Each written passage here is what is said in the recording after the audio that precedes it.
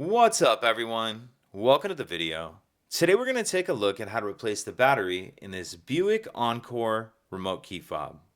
This Buick Encore remote key fob is going to use replacement battery CR2032, and I'll put a link in the description box of this video to where you can find these replacement batteries if you're in need. So the first thing we're going to do is remove the emergency key that's in the bottom of the key fob. That's done by pressing this button on the back of the fob that my thumb's on, and then the key will pull out like that. Now if we hold our key fob with the buttons facing down and we take a look at the bottom of it, this is the slot here that emergency key just slid out of.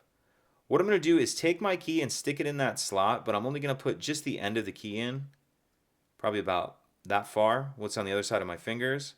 I'm going to stick that key in there and then pry up like this. So stick the key in and then pry up. And as I do that, you can see it opens the case. Go ahead and pull the case the rest of the way apart with your hands like that. And in the back half of the case, we see our battery right here.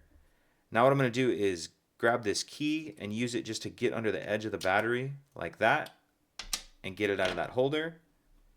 Now I'm going to grab my new replacement battery, and you want to make sure that you're installing your new battery with the plus side down, positive side down.